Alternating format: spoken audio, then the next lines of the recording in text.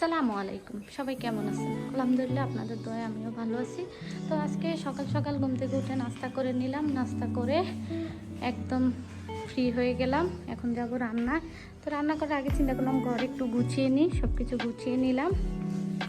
যে ঘর গুছিয়ে নিলাম, সব রুমগুলো গুছিয়ে এখন চলে যাব রান্নাঘরে।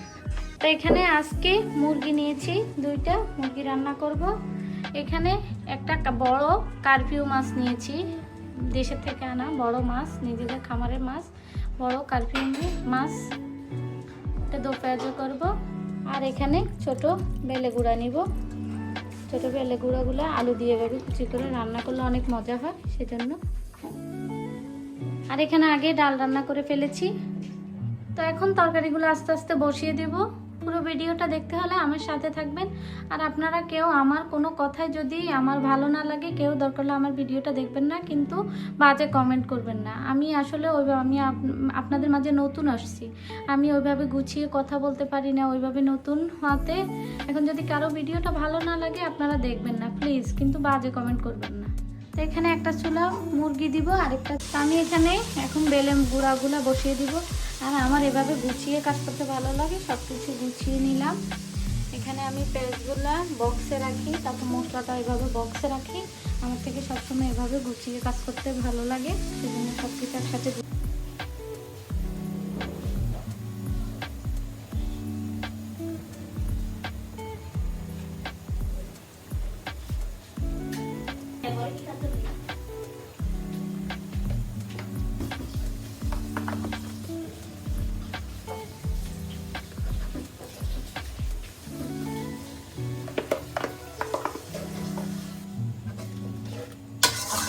তো এই যে আমার এখানে মাছ বাছতে দিয়েছি, কার্পিউ মাছটা বাছতে দিলাম, আর মুরগিটা কষানো দিলাম।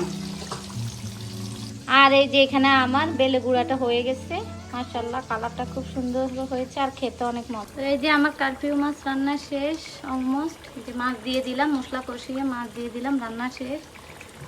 কালারটা দেখেন মাশাআল্লাহ। এই যে আমি এখানে কলিজা বুনা করব, সেজন্য কলিজাটা নিয়ে নিলাম। ওটা রান্নার ভিডিওটা দেখতে হলে আমার পাশে থাকবেন। আর এখানে সিমের বিচি রান্নার জন্য সিমের বিচি ছোলা হইতেছে, এটা কালকের ভিডিওতে পাবেন। তো এই যে আমার দুপুরের আয়োজন শেষ। এখানে মিক্স সবজি, ছোট বেলে গুঁড়া মাছ, আর এখানে বড় কার্পিউ মাছ, এখানে মুরগি বুনা, সব শেষ। দুপুরের আয়োজন শেষ করলাম, শেষ ঘর গুছিয়ে সব সামলিয়ে আসলাম। তো আজকের ভিডিওটা এই পর্যন্তই। ভালো লাগলে আমার পাশে থাকবেন। আসসালামু আলাইকুম।